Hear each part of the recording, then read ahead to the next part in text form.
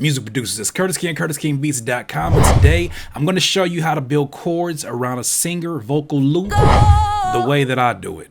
Let's talk about it.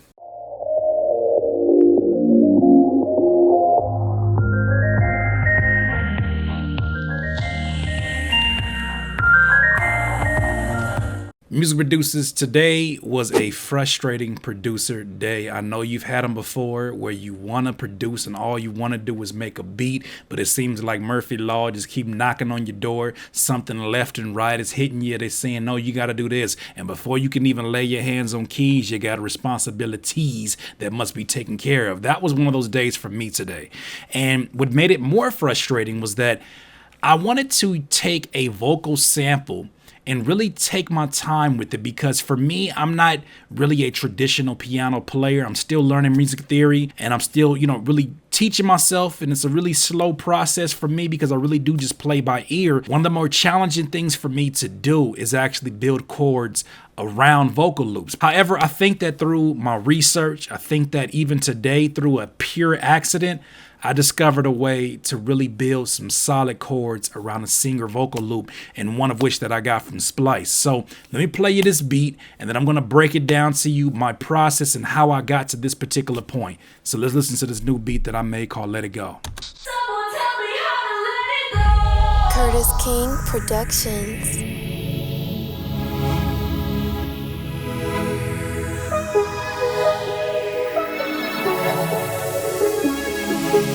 Someone tell me how to let it go.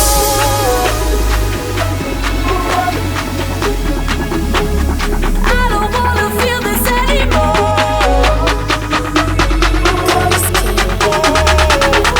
Someone tell me how to let it go. I don't wanna feel this anymore.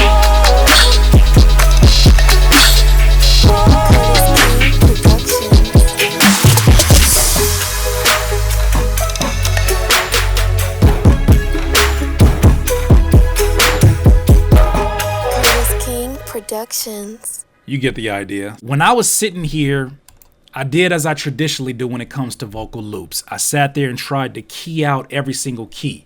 Then I got frustrated. However, the first thing that you got to make sure that you do, especially if you're going to be using vocals, figure out what pattern you want first. I think that's the first thing that's most important, is that you could find the keys of this, and if you don't know the pattern, you could find yourself forgetting what you actually put down. So the way that I sort of keep pace is I put in like a dummy loop.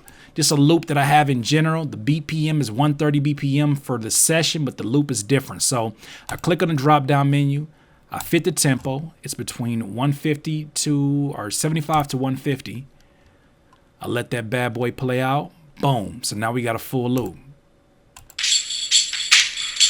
Little tambourine loop with a clap. So the actual vocal that we're using is obviously the one that you just heard, which is this L vocal. Someone tell me how to let it go. Now, it tells me that the key on this particular sample is E major, and it's in the BPM of 130. However, it starts at a pretty odd position, and I think that it's going to start actually on the go.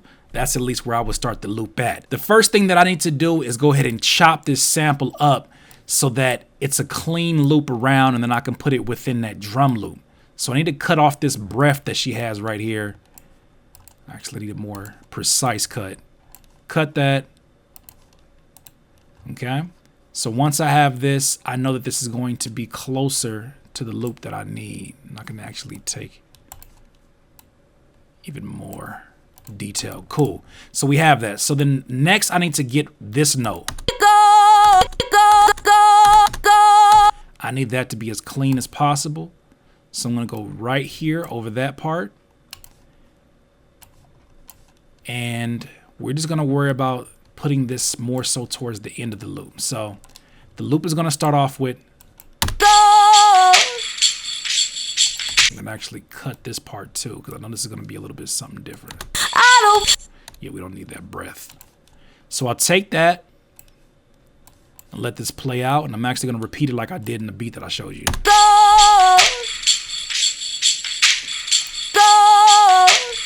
I don't wanna feel this anymore.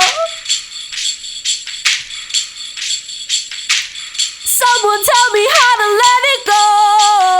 So now that I have a timing on it, it makes it a lot easier to start building these actual chords. And I'm going to have this repeat just like I did the other one. Anymore. More. So now that we have that repeat, the next thing we're going to do is going to actually lay down some keys. And like I said, the traditional way that I do it is that I'll play this and I'll first try to determine the key of this actual sample. It already tells me the key of this is E major, but say I didn't know that. What I would have to do is play this loop and figure out what key can I play that's not offensive to the entire sample. When I figure out whatever key that is, I'm figuring out what's the key of this actual sample. So we're gonna go down the line starting at C. Go. Go.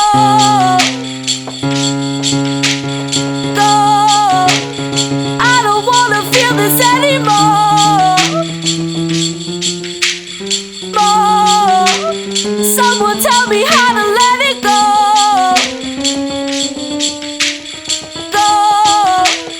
I don't wanna feel this anymore. More.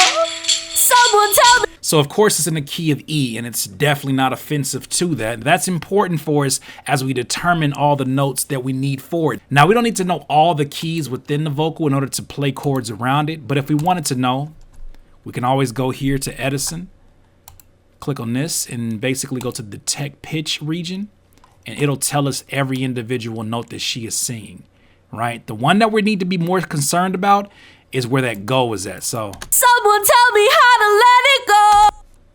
So it's saying that's G sharp. So because the loop starts off like this, it lets you know that we're going to start, at least that first chord is going to have G sharp as one of the chords. So that's important.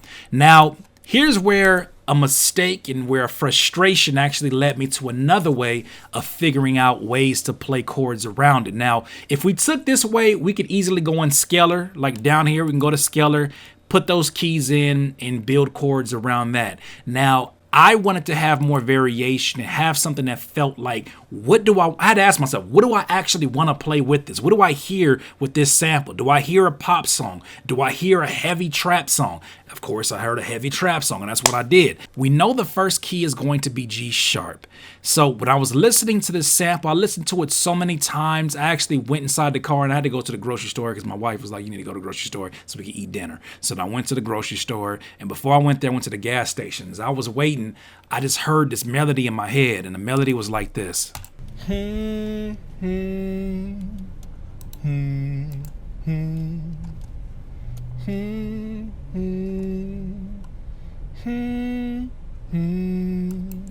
Now, that was something that I came up with as I was trying to figure out what would be nice to go underneath those keys. And for me, this actually helps out a lot because check this out.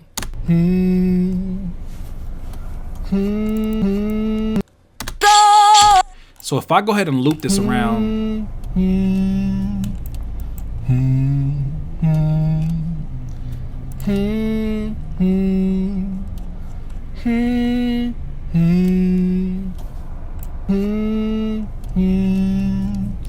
I actually want to just keep the first part of that. The other variation of that wasn't even necessary. I just wanted to do something fancy.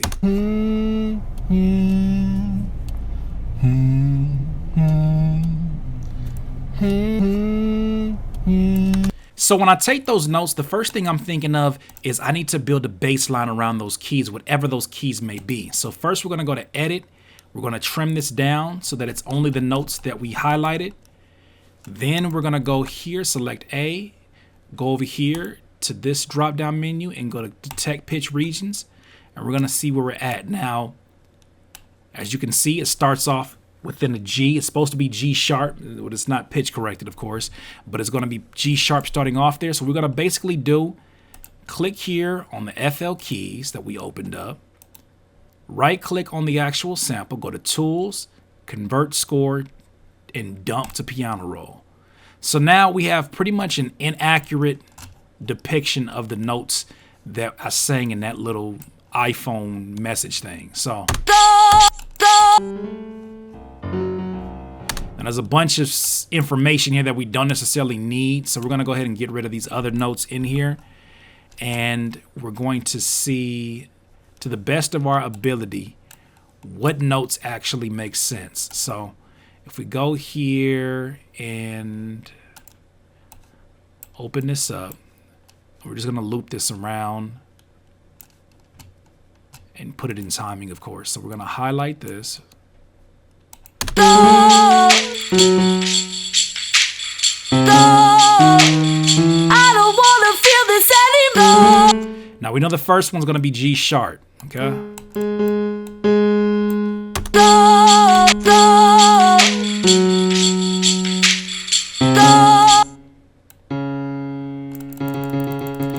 That seems like that note makes sense within this. I don't wanna feel this anymore. So after some messing around, these are the keys that I actually came up with that felt right for this sound. I don't wanna feel this anymore. I don't wanna feel this anymore. So once I had this, I knew that I could start building chords on top of this. Only thing I need to know is really what scale that I'm going to be messing around with. And since I don't really know a whole lot of music theory off the top of my head like that, what I can do is take these keys, take them over, copy, and paste them to scalar, mute this for right now. And we can actually use scalar to help us figure out some pretty chords to play along with this. So I actually want to use a synthesizer since I actually use a synth pad. I don't wanna feel this anymore. I don't wanna feel this. So we're going to use scalar to detect the actual scale that we're messing around in. And the way that we do that is clicking start, going to the beginning of the loop, and press play. I don't wanna feel this anymore. I don't wanna feel. All right, so now that we have our particular keys, it's going to let us know, push stop, it's going to let us know what it's more than likely going to be. And it's saying that this is a minor scale of C sharp. That's a serious, sad, emotional, sentimental style. Now, based upon that, it's giving us some chords here that we can eventually find variations of, but this is the order. It starts off with G. And one of the dopest things about scalar is that if I click here on bind MIDI, if I just play these keys, it's going to actually play chords for me. Cheat code.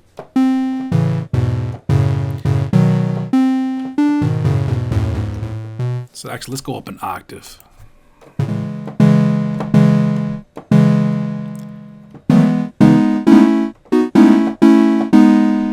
So just like that, we have some chords that we know are going to play well with it because it's already within the scale. Now, we can mess around with these other detected scales, but if I mess around with that and say I just add...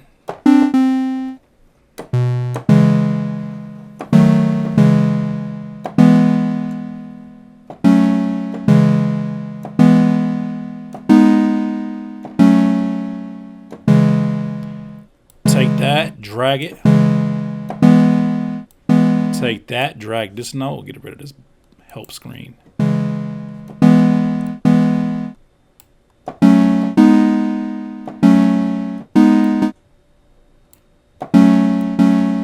Now that we have that, what we can do is take this and export it as a MIDI and just see what that sounds like. So we're going to export it back over here to scalar.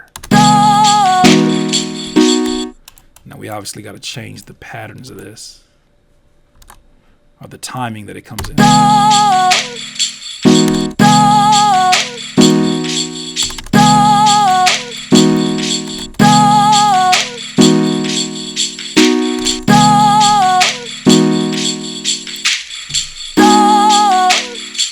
don't wanna feel this anymore.